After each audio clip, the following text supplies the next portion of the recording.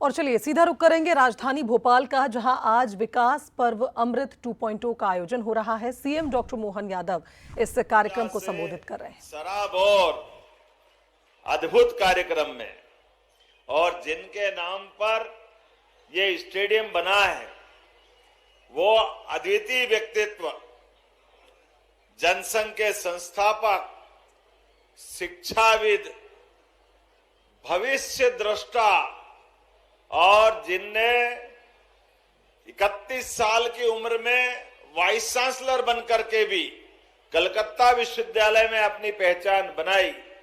आजादी के बाद भारत सरकार के मंत्री तो बने, लेकिन मंत्री बनने के साथ भविष्य में होने वाले संकट को पहचान कर धारा 370 जैसे कलंक को दुनिया के सामने लाके बताया। माननीय प्रधानमंत्री नेहरू जी, ये देश आजाद हो गया, सभी राज्य बराबर है, किसी राज्य को अलग से दर्जा मत दो, और उन्होंने चेताया, लेकिन नेहरू जी माने नहीं, क्योंकि अंग्रेज चले गए, कांग्रेस छोड़ गए। ये कांग्रेस की बीमारी है ऐसी।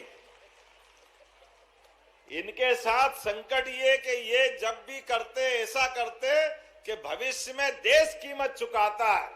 लेकिन हमें गर्व है, हमारे एक ऐसे नेता डॉक्टर श्यामा प्रसाद मुखर्जी, जिनने कहा कि ये धारा 370 नहीं, ये भविष्य में बहुत बड़ी कीमत देश इसका चुकाएगा।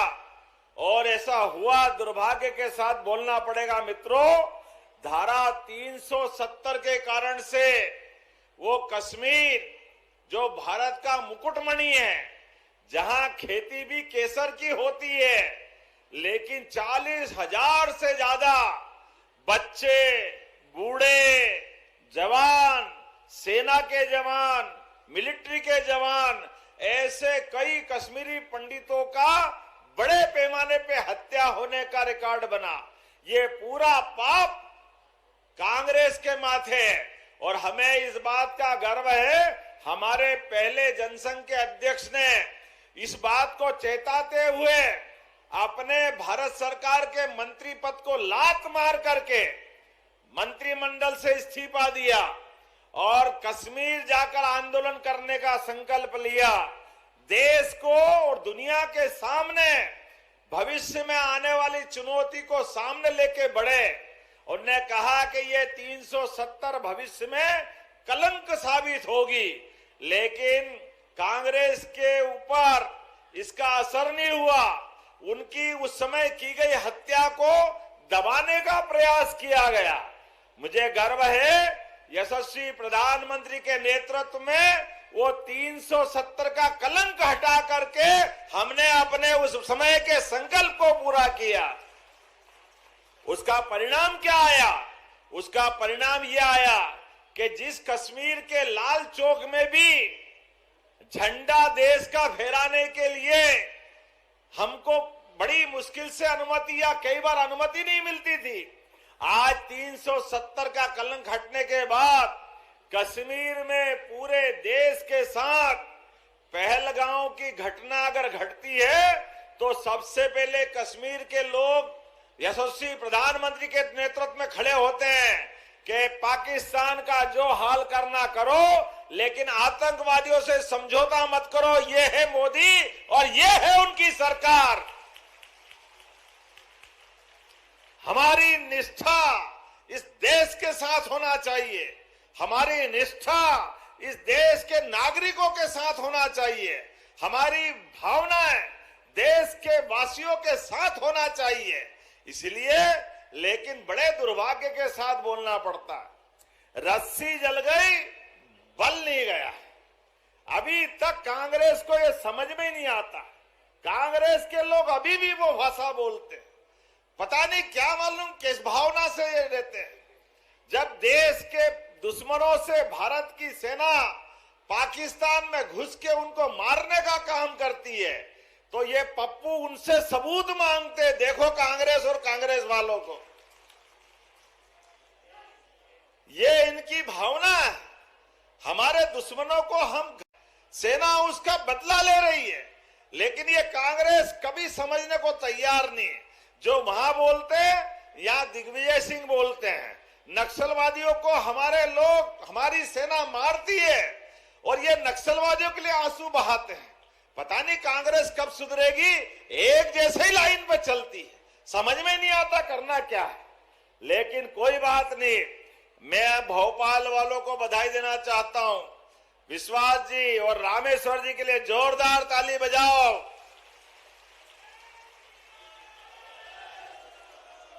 ये भोपाल सहित प्रदेश और देश डॉक्टर मुखर्जी के बलिदान को भूलने वाला नहीं है। 47 में की गई गलती को माननीय मोदी जी ने दूर किया और डॉक्टर मुखर्जी के बलिदान को याद रखने के लिए इतना भव्य दिव्य स्टेडियम दिया। जोरदार अभिनंदन करो इस बात के लिए। यह हमारी सरकार और काम करने का तरीका है। सच्चे अर्थों में यहां रावण आप जलाते थे, ये कांग्रेस की बुद्धि का रावण जलेगा। जोरदार अभिनंदन को। ये डॉक्टर मुखर्जी का नाम कांग्रेस के पाप को याद दिलाता रहेगा, जिनके कारण से धारा 370 लगी।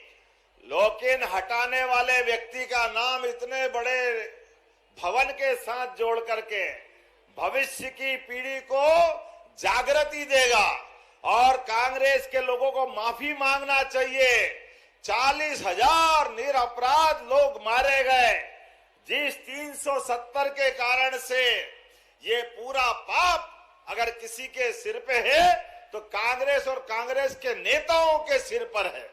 मैं एक बार फिर आज ऐतिहासिक अवसर पर 194 करोड़ की लागत से विकास और जनकल्याणकार के 3 बड़े बड़े काम, खेल का स्टेडियम और गोपाल कृष्ण के लिए जब हम जय बोलते हैं तो कांग्रेस के फिर छाती पे सांप लौटता है।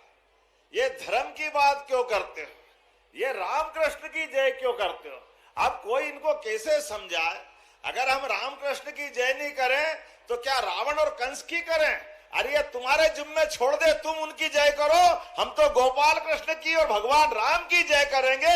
ये हमारे पल्ले पड़ा, ये हमारे हित में, हम तो यही करने वाले हैं। आपकी मर्जी आए जो करो। इसलिए हमने फिर एक बार आज जब दिन तय हुआ तो अयोध्या में भगवान राम अपने धाम पे मुस्कुरा रहे हैं।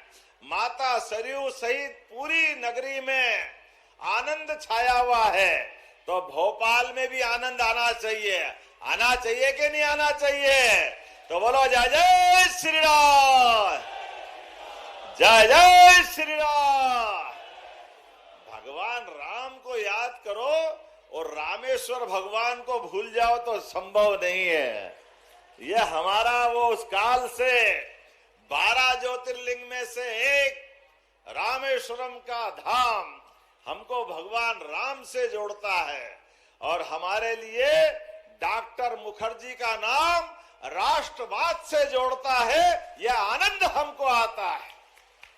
आज के इस अवसर पर जब हम अपने गौरवशाली अतीत पर गर्व करके आगे बढ़ रहे हैं तो सांदीपनी आश्रम भगवान कृष्ण जहां शिक्षा ग्रहण करने आए तो 5000 साल पहले उस सांदीपनी आश्रम में कोई गरीबी अमीरी का भेद नहीं था, कोई जातिवाद का भेद नहीं था, सब बराबरी से शिक्षा ग्रहण कर रहे थे। तो ऐसे सांदीपनी आश्रम में भगवान कृष्ण भी पढ़ने आए और सुदामा भी पढ़ने आए। वो गौरवशाली अतीत का है अपना रिकॉर्ड। इसलिए आचार्य सांदीपनी के नाम पर सांदीपनी विद्यालय यहाँ बना रहा है। राव उदय प्रताप सिंह जी को, स्कूल शिक्षा मंत्री को भी बधाई और आपको भी बधाई। एक सांदीपनी विद्यालय भी आज लोकार्पित हो रहा है और सांदीपनी विद्यालय के भवन भी क्या बन रहे हैं। मैं गारंटी के साथ कह सकता हूं, सरकारी इस प्रकार के भवन पूरे देश तो क्या दुनिया में नहीं मिलेंगे। जोरदार अभिनंदन करो, इतने बड़े भव्य भवन बन रहे हैं।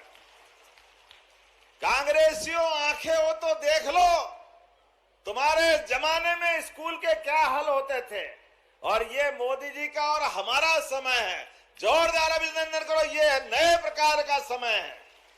गरीब से गरीब विद्यार्थी भी भव्य दिव्य भवन में पढ़ेगा। सब प्रकार के खेल के मैदान, उत्कृष्ट क्लासें, सब प्रकार की लेबोरेटरी, सब प्रकार के शासन की सुविधाएं, ये आज का समय है। इसलिए सांदीपनि विद्यालय और आगे बढ़े। 1000 करोड़ की सीवर प्रोजेक्ट, क्या जोरदार भाग्य लाए रामेश्वर जी, कितना बड़ा बड़ा काम कराते हैं भाई।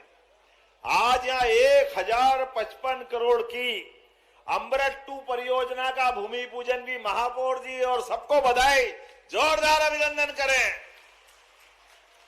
700 किलोमीटर की, जिसमें 171 MLD के 9 सीवेज उपचार यंत्र, 1,21,000 घरेलू सीवेज कनेक्शन, पूरी परियोजना में 4 पैकेज है। इसके माध्यम से भोपाल का सीवेज नेटवर्क 60% कवर होगा और जिसके आधार पर उपचार क्षमता बढ़ेगी। 2040 तक का 85% एरिया कवर होगा। ताली बजाओ तो मजा आना चाहिए, इतना बड़ा काम यहां भी हो रहा है।